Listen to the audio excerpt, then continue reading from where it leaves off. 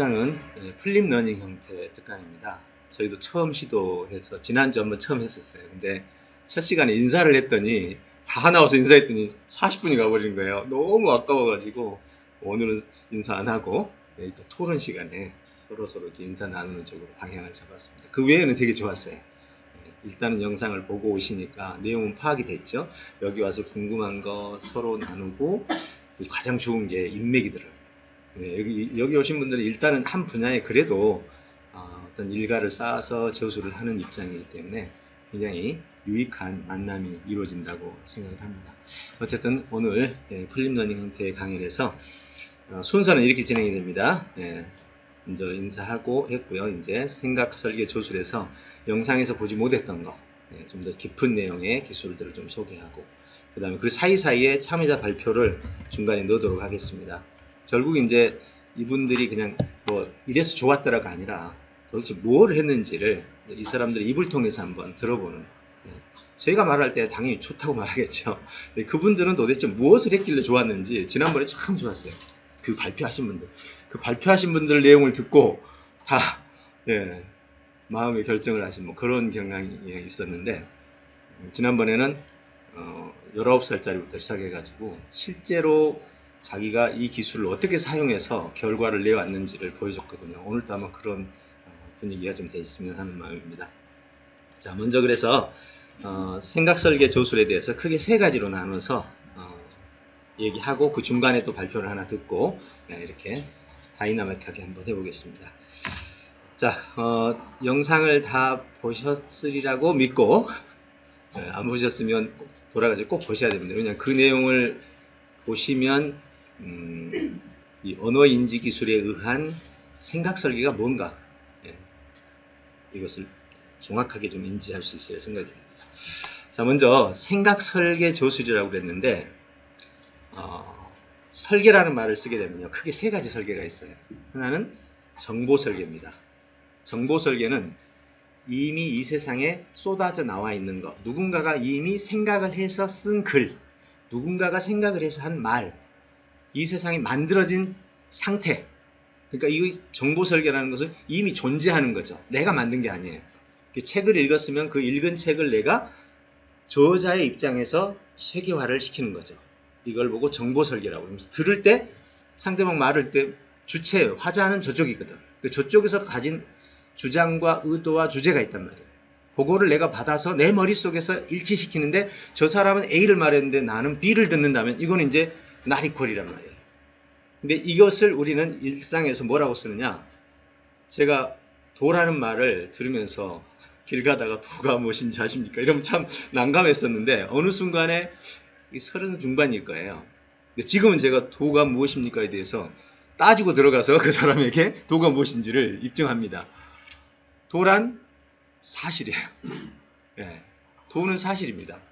그 사실을 좀 더 발전시키면 이제 우리가 진리까지도 도달하게 되는데, 물은 물이고 산은 산이다라는 말 자체가 사실을 사실대로 보느냐는 거지. 그러면 우리의 뇌는 이렇게 됩니다. 밖에서 벌어지고 있는 세상의 일은 너무 커요. 그 너무 큰 일을 조각을 내서 한 부분을 보고 내 머릿속에 이동을 시킬 때, 이때 이 조각과 내 머릿속에 있는 조각이 일치하면 돕니다. 두 번째, 내 머릿속에 있는 조각과 얘가 일치했습니다. 그럼 내가 이거를 상대방에게 전달해가지고, 전달하는 방법은 말, 글, 행동이거든요. 이 세 가지를 몽땅 동원해서 전달해서 이 사람에게도 똑같은 이퀄이 생기면 이게 도예요. 그래서 동양에서는 이 도가 쉽지 않아요. 전달이 쉽지 않기 때문에 도가 더 비상도라고 해요. 왜? 한번 도를 말해버리면 더 이상 도가 아니다. 명가명 비상명이야. 왜? 언어의 함정이죠. 도가 예를 들어서 지금은 좀 다릅니다. 내가 영상을 찍어서 딱 주면 사실대로 보잖아요. 근데 내가 말로 표현하면 나는 지금 추상으로 써야 돼. 강당 그러면 강당은 수없이 많은 형태가 있지만 머릿속에 표준화된 강당이 있죠. 그러나 그 표준화하는 것도 알고 보면 그 사람이 알고 있는 수준의 기준과 내가 알고 있는 수준이 다른 거예요. 자, 한번 해볼까요? 내가 엊그제 빌딩에 갔었는데, 자, 어떤 빌딩이 떠올랐어요?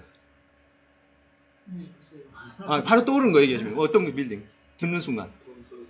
그렇죠. 난 63 얘기했는데. 그러면 이제 그 다음부터 얘기는 어떻게 되는 거예요? 전부 오류가 시작되는 거죠. 물론 이제 뒷이야기를 통해서 내가 생각했던 빌딩이 아니네? 높네? 그럼 높은 빌딩 저기 되겠네? 63인가? 롯데인가? 이렇게 생각을 하면서 말을 맞춰가죠. 보통 언어의 맞춤 현상이 이렇게 일어납니다. 그런데 어쨌든 바깥에서 들어올 때는 오감의 인지를 통해서 상이 형성되고 나갈 때는 언어를 통해서 상이 형성돼요. 그렇잖아요. 대부분 언어니까. 실행으로는 잘 못 보여줍니다. 위대한 성인들이 주로 쓰는 방법이 실행이 행동이죠. 사상가는 주로 언어로 하고. 근데 위대한 성인들도 행동과 말이 같이 붙어 있어요. 그래서 말을 경전이라고 그러고 행동을 우리는 성인이 되는 하나의 태도로 해서 둘이 합쳐져서 성인이 되거든요. 그래서 사상가에게는 행동을 요구하지 않아요. 근데 성인에게는 행동을 요구해요. 둘이 합쳐질 때 최고의 위대성이 나타나죠. 그래서 결국 도란, 정보를 전달하는 도가 있고 행동을 전달하는 도, 이게 이제 성인의 도고.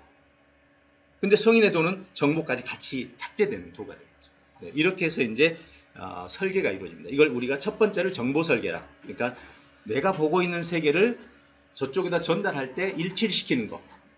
그러니까 내가 바라보는 세상을 내 머릿속에 일치시키는 걸 이해의 도. 내가 저쪽에다가 전달해서 일치를 시키는 걸 표현의 도라고. 그러면 이해의 도와 표현의 도 사이에는 뭐가 있을까요? 이게 없으면 이제 둘도 안 되는 거야. 바로 사고의 도죠. 왜? 사고가 없으면 이해 자체에서도 이해가 안 됩니다. 잘 보세요. 초등학생이 100만 인파가 모인 촛불대회를 참여했습니다. 가서 보고 오늘 뭐 봤니? 네, 많이 모였어요. 촛불 들고 모였어요. 근데 아이한테 뭘 기대할까요?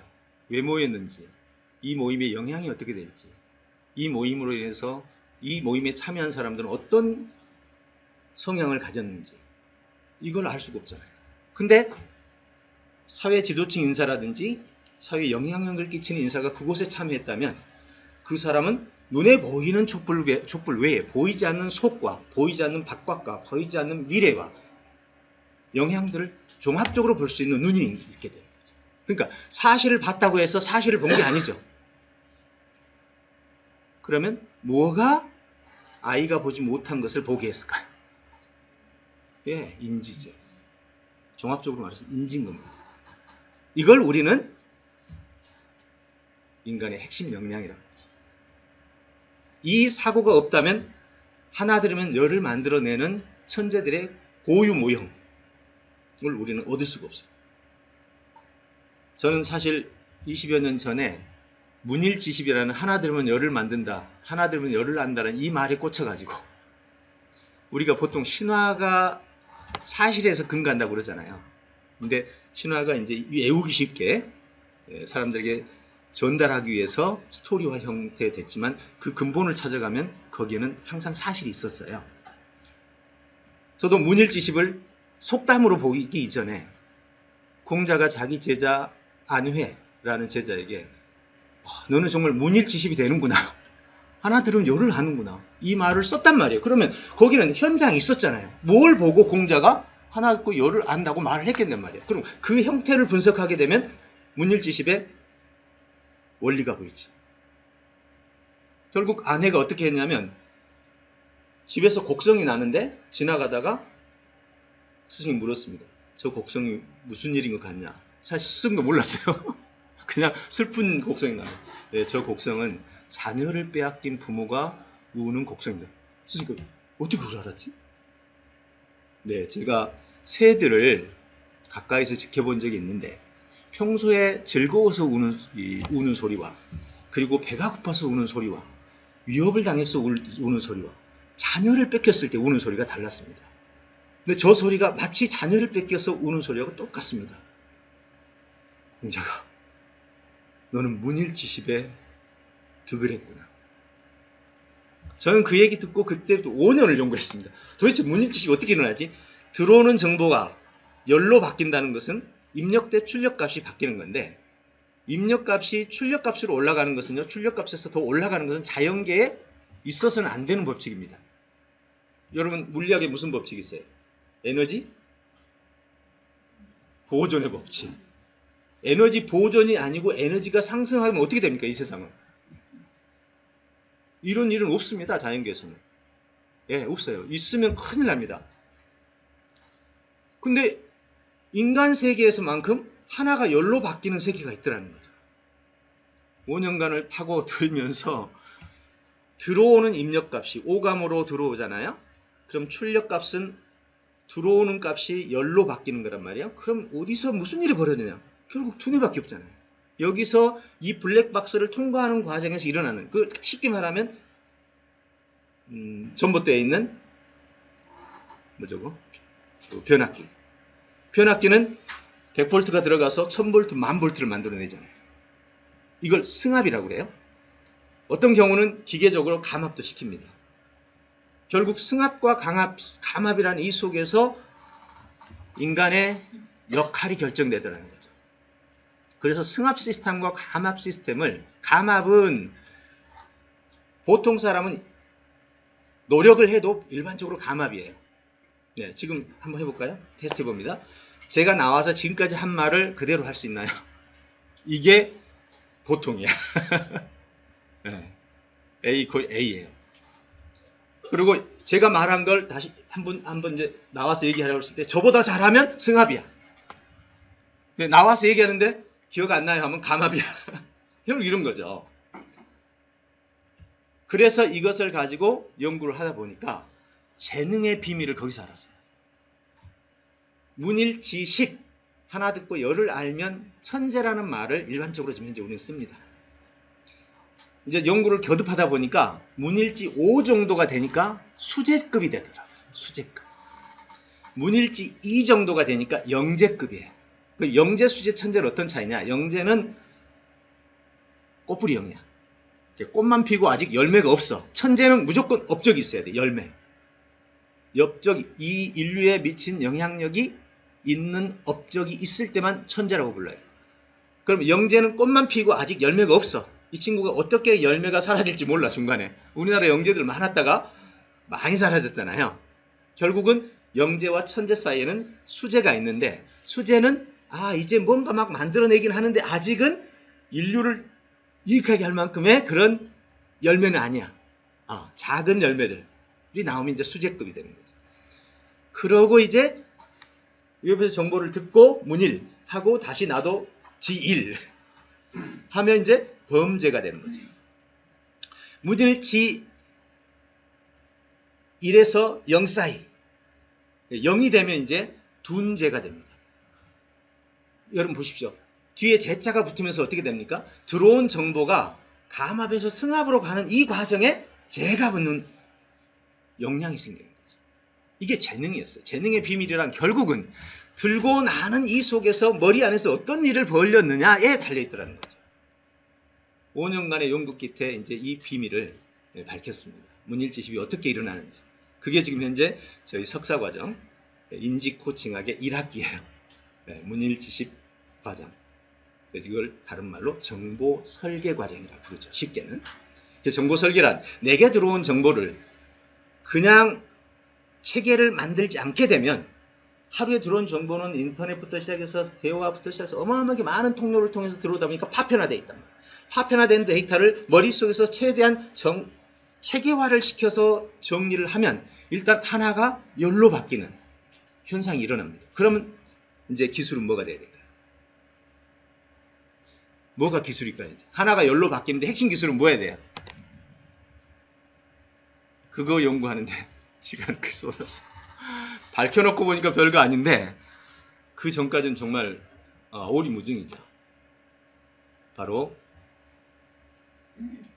정보, 파편화된 정보를 인간이 머릿속으로 정리할 때는, 즉 언어가 없는 정보로 정리할 때는 작은 정보는 가능해요.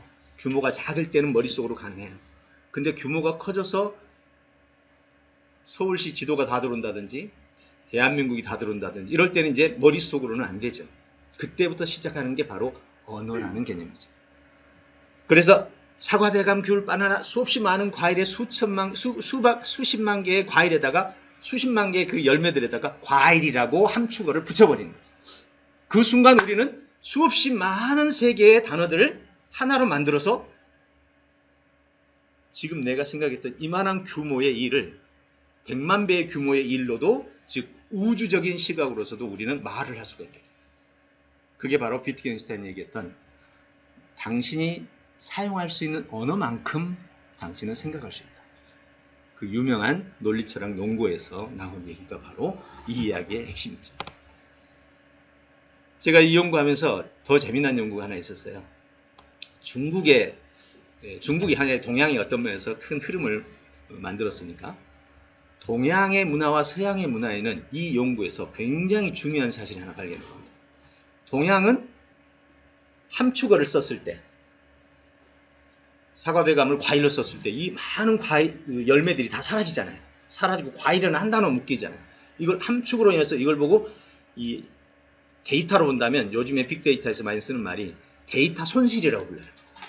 이 데이터가 다 손실되니까 과일 하나로 묶인 거잖아요. 그러니까 인지하는 사람은 세부적인 단어, 세부적인 과일, 실제 데이터는 없어지고 과일이라고 합니다. 그러면 궁금할 때는 그리고 네가 생각하는 과일이 뭘 갖고 얘기했니? 우리는 사과, 배감 가지고도 과일이라고 그럴 거고 바나나, 딸기도 바나나, 감도 과일이라고 그럴 거란 말이에요. 그럼 너는 지금 과일을 뭐라고 썼니? 라고 생각하게 되는 거죠. 그러니까 데이터가 손실됨으로써 우리는 함축을 할 수 있어. 그 함축어가 많아지면 많아질수록 우주적인 전체상을 다룰 수 있어요. 이게 인간의 언어가 내가 생각할 수 없는 범위의 세계를 모두 내 머릿속에 담는 비법이었지. 그래서 성인 군자들이 우주의 질서, 우주의 진리를 말할 때 사랑이라고 말하고, 어떤 사람은 인이라고 말하고, 어떤 사람은 자비라고 말하고, 이렇게 표현할 수 있었던 것이 바로 그들이 세계의 질서를 보면서 하나의 단어로 함축을 시킴으로써 가능했던 거죠. 결국 저는 문일지십의 이야기에 재능의 원리를 찾아내면서 그 속에 우리 두뇌의 블랙박스 안에서 일어나는 비밀, 바로 정보의 함축과 체계화. 결국 여기는 언어가 빠지고서는 어떤 일도 할 수 없다는 사실을 알게 된 거죠. 그러면서 이제 첫 번째 정보 설계가 매듭이 져집니다. 그럼 두 번째 생각 설계는 뭐냐? 내가 주워 들은 모든 것이 내 머릿속에 들어있어요. 그걸 가지고 이제 바깥에서 정보가 들어오는 게 아니라 내 머릿속에서 결합 형태로 떠오르는 거 있죠. 이걸 보고 창의라고 그러죠. 그때는 내 생각이라고 그러죠. 예. 너 생각은 어때? 그럼 너의 정보고, 내 생각은 어때? 그럼 나의 의견이자 나의 정보란 말이에요. 내 생각을 끌어올려 가지고 이 생각의 질서를 잡는 거.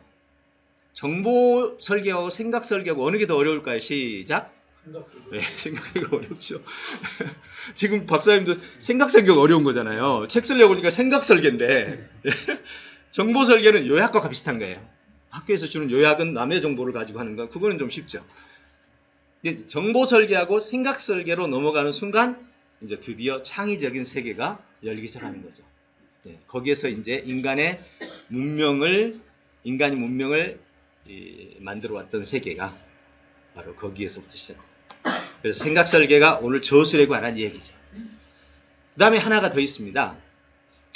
나머지는 이제 생각 설계하고 좀 유사하긴 합니다. 그런데 이제 여기서 조금 하나를 분리시켜서 창의 설계라는 말을 하나 씁니다. 같은 말이긴 해요. 이제 창의 설계는, 그러니까 좀 차이가 있다면 어떤 거냐면, 생각 설계는 파편화된 생각들을 모아서 체계화시키는 거예요. 내 머릿속에서 떠오르는 파편화 많잖아요. 네. 많이 있잖아요. 오늘 뭐 저한테 얘기하면 막 엄청 좋은 막 희한한 얘기들을 막 많이 하는데 다 파편화돼 있어. 그걸 모아서 설계로 만들면 그게 저술이 돼요. 근데 또 하나의 저술이 있어. 그게 뭐냐? 가설검증이라는 시스템이죠. 가설검증이라는 시스템은, 이거는 생각 설계는 정보를 모으는 거예요. 내 속에서 떠오른 많은 정보들을 모아서 체계화를 시킨다면, 가설검증은 아예 모르는 게 있어. 그 모르는 거를 해결하는 거야. 예. 그런데 이 모르는 걸 해결할 때는 어떻게 해요? 모르는 것이 나오면 이것이 사람들에게 굉장히 중요한 문제죠. 이걸 풀면 많은 인류가 도움을 얻어요.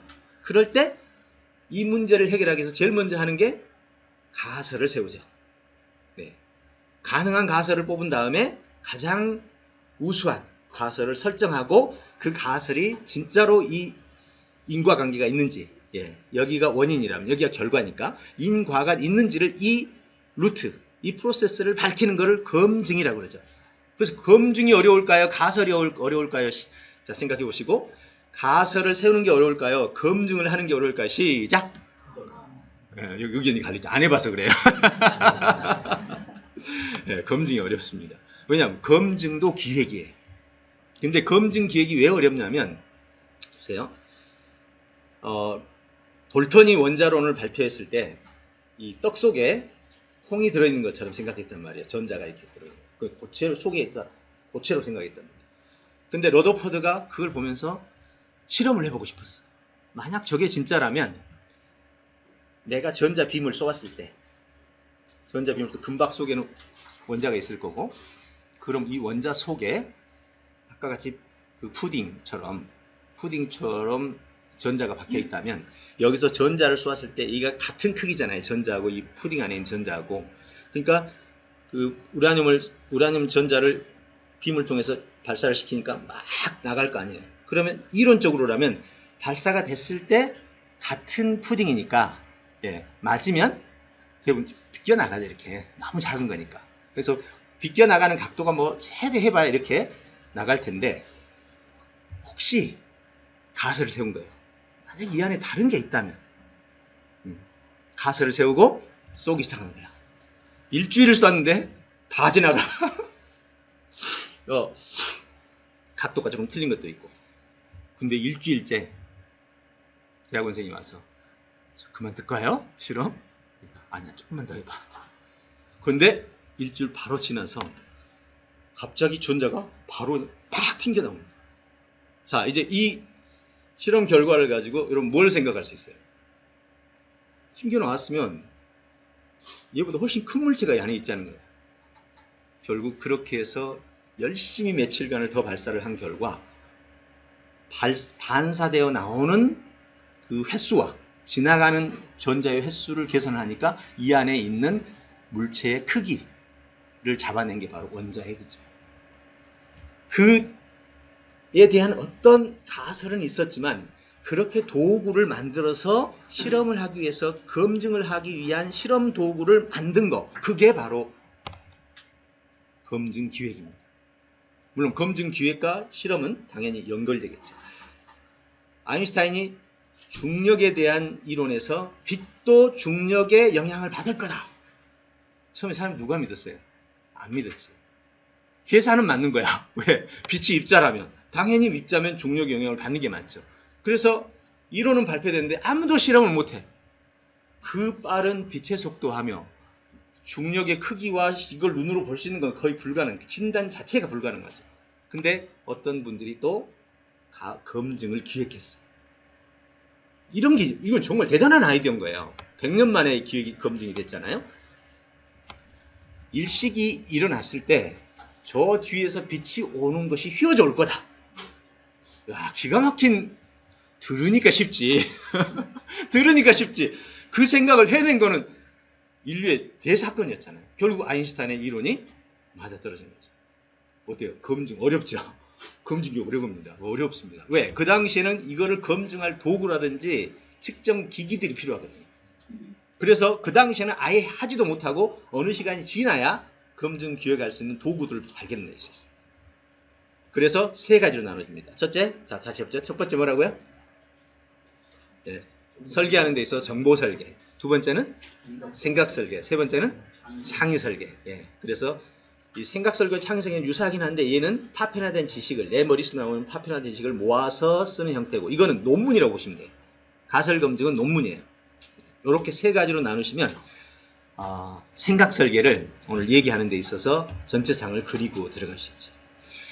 자, 그래서 이 생각 설계가 무엇인가에 대해서 이제 잠시 설명을 드렸습니다. 재밌죠? 이거 재밌다는 사람은 두뇌가 좀 고급입니다. 재미가 없어요, 맞습니다.